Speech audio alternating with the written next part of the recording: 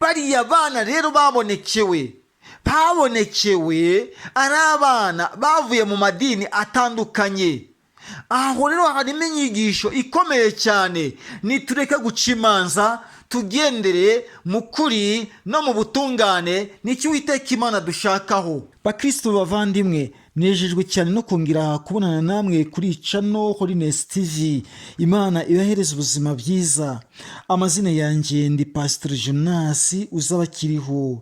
Bahaye ikaze mu kiganiro cyacu.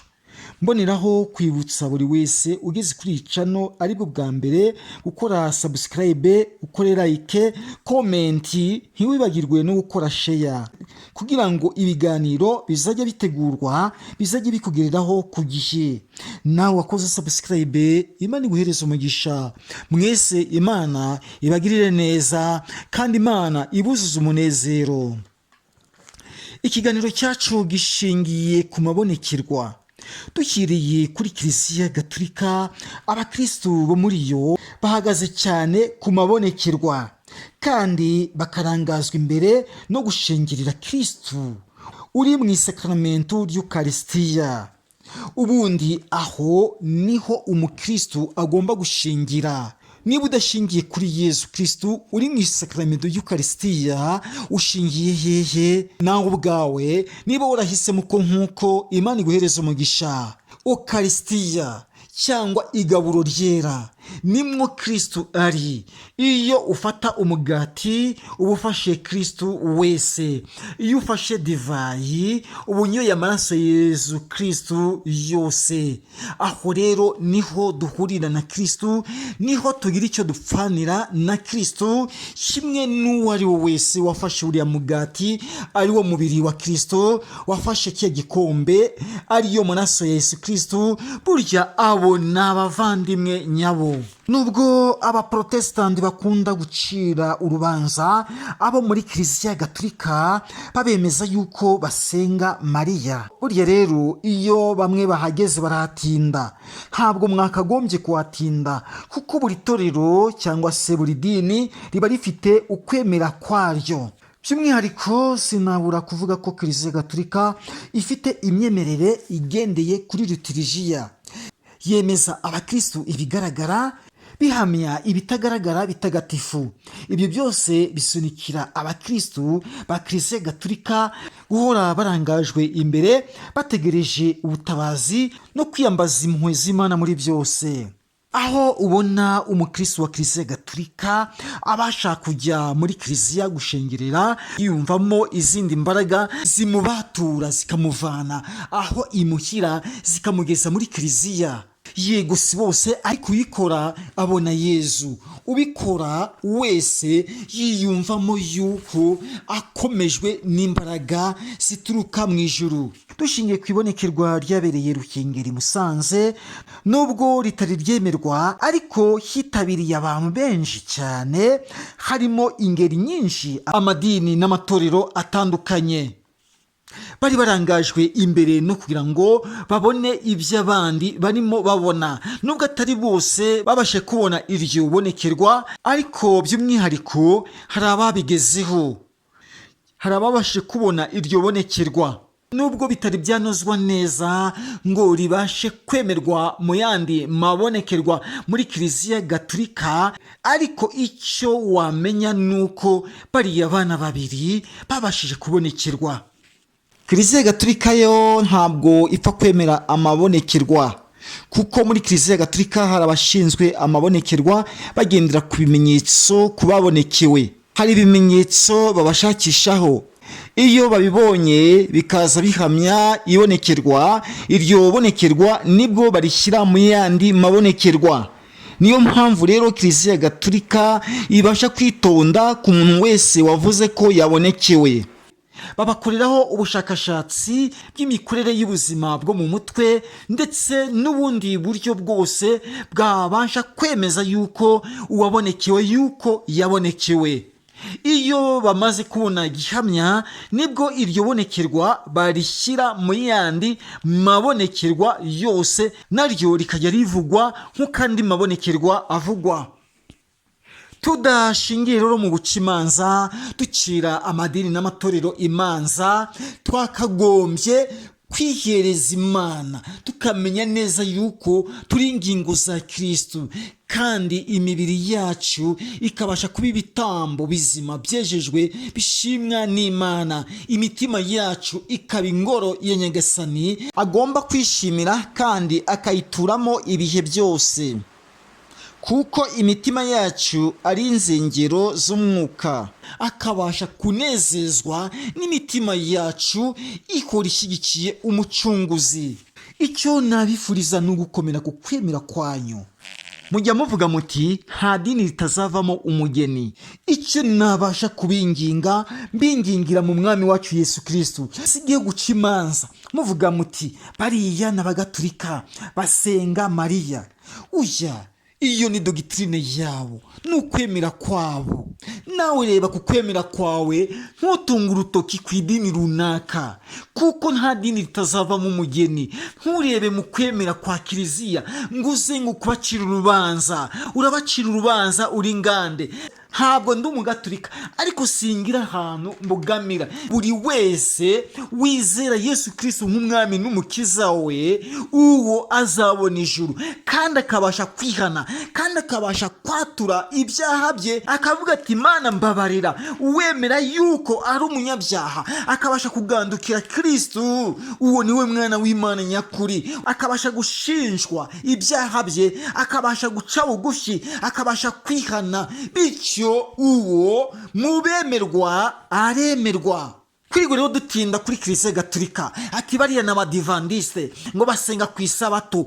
Menya neza yuko abadivandiste ariyo dogitrine yabo. Ntuhagarare ku badivandiste, ntubatindeho, ntubatunga urutoki ngo basenga ngo ku isabato. Baramaze, ni dogitrine yabo. Kubera ikomeze nk'umufarisayo mu bandi bafarisayo. Abafarisayo ni indyarya. Yesu yabavuzeho byinshi, bagenda basebanya, batunga intoki, ngati we ngo ni umukoresha w'ikoro, ngo ni umunyabyaha, ngo twebwe ngo twarangije ngo kumenya ngagakiza, twarangije ngo gusobanukirwa ngo ibyanditswe, tugendera ku mategeko ya Musa. Uya, ibyo ntabwo ari byo. Ubwo bufarisayo bujye bubavamo. Mureka abadivandiste bagendere kuri dogitrine yawo, mukajyaho mugashingira kuri Kiliziya Gatulika ngo basenga ngo Mariya, ngo bavuga Mariya. Niba bavuga Mariya bakabasha kumwiyambaza nk'umubyeyi, nyina wa Jambo, ibyo ni ibyabo, ntimubishingireho. We kurikira ibyawe ntabwo wabashije kubinoza mu bisoze, ahubwo uri kubasha kujya mu by'abandi. Ati ngo muzarimbuka. Wowe urinde ucira mwene se urubanza. Imenye ubwawe, wikontorore ubwawe. Abandi bati bariya n'abahamya ba Yehova ngo basenga Yehova, ariko siko mwibagiza muyobewe yuko Yehova atari izina ry'Uwiteka, atari izina ry'Imana Data Jehova utuma byose bibaho, ubeshaho byose. Imana nyamana yahozeho, iriho kandi izahoraho, ni Jehova. Abahamya ba Yehova niyo dogitrine yabo. Ngo ati ngo abahamya ba Yehova ngo bavuga yuko mu isi izahinduka paradizo. None se ibyanditswe bivuga iki? Ibyahishuwe igice cya 21 umurongo wa mbere hatubwira ijuru rishya n'isi nshya. Ese si ijambo ry'Imana? Si ibyanditswe byera? Ese ni biri muri Bibiliya? Nose ntabwo uyisoma? Reka amadogitrine yandi matorero bayagendere nk'uko nawe uyoborwa na dogitrine yawe. Reke guca imanza, tugendere mu kuri no gukiranuka. None se bariya bana babonekewe hariya Musanze Ruhengeri, hageze amatorero angahe? Ni benshi bahageze. Abagatulika bari bahari, abaporoso mu buryo butandukanye bari bahari. None se bari bagiye kureba nde? Bari bagiye kureba ibonekerwa. None se uribonye waritera amabuye, nawe wazishimbaza ati nabonye Mariya. Mu kwemera kwawe, aho niho Imana igusangira. Umutima wawe, kwizera kwawe, ukwizera kwawe, aho niho Imana ishingira. Niba ufite kwizera guke, ushidikanya muri byinshi. Niba ufite kwizera gufite imbaraga, ushidikanya muri bike. Twese rero tugendere mu kuri no gukiranuka, ibyo guca imanza tubivemo. ibyo byose ni ubuyobe umwana w'umuntu abe yibereyemo. Wowe icyo usabwa gusa ni ugukizwa. Reka gutunga urutoki amadini n'amatorero, kwirirwa uyatunga intoki byose ni iby'ubusa. Uri muri Pantekote nuko ayirimo ashingiye ku mwuka wera. None se ntabwo mwari munsi yuko abapantekote bakiranga andi madini urubanza ngati ngo umwuka wera ngo ni uwabo? Ariko ubu bamwe muri bo babandi bakomeye babashije kubireka iby'umwuka, babisize hasi. Bamwe binywera inzoga. None se ntabwo bavugaga iby'umwuka ugasanga bahimbajwe n'umwuka, ariko ubu babisize hasi, ababirimo nibo bakeya. None se hagati aho uwacaga urubanza ageze hehe? Yego abapantekote ntabwo twabatindaho, dogitrine yabo ni y'umwuka wera. Pantekote bashingiye ku mwuka wera, igihe umwuka wera wamanukiraga intumwa ku munsi wa Pantekoste. Hagati aho rero ntabwo twabasha gutunga intoki amadini n'amatorero. Oya, bivemo hakiri kare. Niba utabivuyemo urarimbutse, kandi urimbuwe no kwitegereza gusa, ukitegereza gusa. Oya, ibi byo kwitegereza gusa ntacyo bimaze. Reba ibigucira urubanza. Niba hari ibigucira urubanza gusa, ndagusaba wihane, wikuremo ibyo bikurimo, ubashe kwijugunya kure, aho kugira ngo utokore igitotsi cyatokoje mugenzi wawe, kandi wowe ubwawe umugogo uri mu ishusho ryawe wananiwe kuwikuramo. Igenzure wowe ubwawe, nicyo Uwiteka Imana gushakaho. Niba mutarigishijwe muzigishwa ryari? Murebe, ese ko insengero zafunzwe, hafunzwe urw'abagatulika, hasigara urw'abapantekote, hafunzwe urw'abangelikani, hasigara urw'abahamya ba Yehova, hafunzwe urw'ababatista, hasigara metodiste libre, hafunzwe urw'ababatista, hasigara urw'abadivandiste. Oya, hafi ya zose zarafunzwe. Namwe rero mugomba kwitegereza mukavuga muti, ese urusengero Imana ireba ni izi zubatswe n'abana b'abantu cyangwa ni imitima? None se niba ari imitima, kubera iki dushyiramo ibico, ducira bagenzi bacu imanza, ducira amadini n'amatorero imanza? Sigaho guca imanza ngo bariya ngo basenga ibi, bariya basenga ibi. Ibyo bivuze kubera ikuri kujya muri ibyo, ni dogitrine yabo. Guhagarara ku karubanda ngati ngo mwebwe ntabwo mwujuje ibi. Wowe ibyo wujuje Imana yarabigushimiye. Ese nibihe wujuje nguze kubyerekana? Ibyo wujuje gusa ni uguca imanza. Sigaho guca imanza. Bene data, nimuze dukiranuke buri wese ku ruhari rwe, kuko uriya musozi uri imbere zawe ntabwo uzawuzamuraho mugenzi wawe, uzawuzamukaho wenyine gusa. Ni umusozi biruhanya, uzawuzamukaho wenyine gusa. Buri wese ku ruhari rwe awuzamuke, buri wese ku ruhari rwe awuzamuke. Yorodani iri imbere, uzayambuka ku ruhari rwawe gusa, ntabwo uzayambutswa n'undi, ntabwo uzayambutsa mugenzi wawe. Buri wese ku ruhari rwe azayambuka, ntawe uzagenda na mugenzi we. Buri wese ku ruhari rwe azagenda bishingiye mu kwera no gukiranuka kwe, bidashingiye mu guca imanza.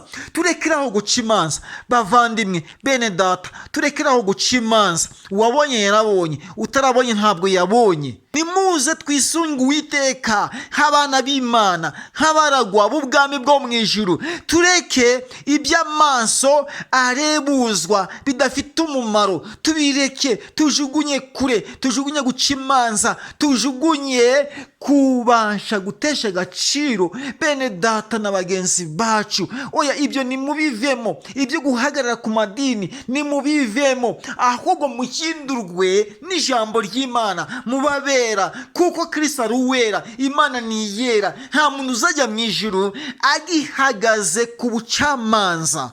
Oya, ntawabagize umucamanza. Niba ushaka kuba umucamanza, wibuke igihe wa mufarisayo yagendaga avuga ati ngewe ubwanjye ndakijijwe, simeze nka uriya mukoresha w'ikoro. Ariko umukoresha w'ikoro we yageze ku rusengero yikubita mu gituza aravuga ati Mana mbabarira, sakwitegereza ingoro yawe mfite ibyaha, Mana mbabarira, Mana mbabarira. Uwo mukoresha w'ikoro yabashije gutsindishirizwa gusumbya wa mufarisayo. Muve muri ibyo byose mutazabasha guhenebera, nimuze dukurikire Yesu Kristo nk'umwami n'umukiza. Uwo niwe wenyine gusa uzatugeza mu ijuru, uwo niwe wenyine gusa uzabasha kuduhereza ubugingo buhoraho. Ubugingo buhoraho rero ntabwo bushingiye ku madini, ahubwo bushingiye mu kwemera Yesu Kristo nk'umwami n'umukiza, tugahindurwa n'imiburo ya Yesu, turi mu kwera no gutungana. Tugarutse kwibonekerwa, bariya bana babonekewe bo mu ruhengeri, uriya mukobwa n'umuhungu, bizwi neza yuko bariya bana badahuje amadini. Umwe ni umupandekote, ntabwo bahuje amadini, nk'uko abari baraho bose badahuje idini, bose baturutse hirya no hino. None se abo bana ntibabashe kwamamaza yuko babonye Mariya? Mugomba kuvuga muti ese uwo Mariya bamukuye? None se bariya bana bato b'imyaka 7, 8, none se ni abantu bakuru ngo baragira amarangamutima? Oya, ntabwo bishoboka. Nyabuneka reka kubasha kwishingikiriza imanza zuca ntacyo zimaze. Wowe kiranuka gusa. Niba warikuyemo ubucamanza ukabona mugenzi wawe yatangiye kuyoba, nubwo yaba ari muri indi dini mudahuje idini, ariko muhuje Kristo. Kristo ni umwe, Imana ni imwe, itorero ni rimwe. Yarindi Yesu Kristo yakoye amaraso ye. Izo ngeri zose zizava mu madini hirya no hino. Mu bangelikani bazavamo, mu badivandiste bazavamo, muri kiliziya gatolika bazavamo, mu babatista bazavamo. Abo bose bazajya bari kuva muri ayo madini, noneho babashe kwinjizwa mu bwami bw'Imana. Iryo ni itorero, niryo bita itorero. Ntimukishuke rero, mbere yo guca urubanza manza wicira urubanza niba koko ushyitse mu kuri no kwera no gukiranuka no gutunganira Imana. Tuyobore bagenzi bacu babandi batagifite aho babarizwa, kandi umuhitishemo. Ese urumva washingira kuri iyi dini? Reka aba ari wowe wihitiramo. Niba yashingira ku idini ryawe nta kibazo, niba yashingira ku rindi dini nawe nta kibazo. Icyangombwa ni kimwe, ni uko uwo muntu wabashe kumwigisha akareka ibyaha. Nimuze rero twisunga Uwiteka. Bariya bana rero babonekewe ari abana bavuye mu madini atandukanye. Aho rero harimo inyigisho ikomeye cyane. Nitureke guca imanza, tugendere mu kuri no mu butungane, nicyo Uwiteka Imana dushakaho. Itorero ni rya rindi ryubatswe ku rutare, ryubatswe kuri Kristo. Amarembo y'ikuzimu ntabwo agomba kurinyeganyeza haba na busa. Iryo torero rero rizabamo abantu bavuye hirya no hino, mu moko ataramwe, mu madini ataramwe, babandi bizeye Yesu Kristo bakabasha kumwemerera, maze Yesu Kristo akabasha kuyobora ubuzima n'ubugingo bitewe nuko bemeye guhara byose, babasha gukurikira Yesu, baba ibitambo bizima byera bishimwa n'Imana. Abo nibo Kristo yemera, nibo torero rya none, nibo torero babandi barangije kwemerera Yesu Kristo akayobora ubugingo bwabo, akayobora ubuzima bwabo.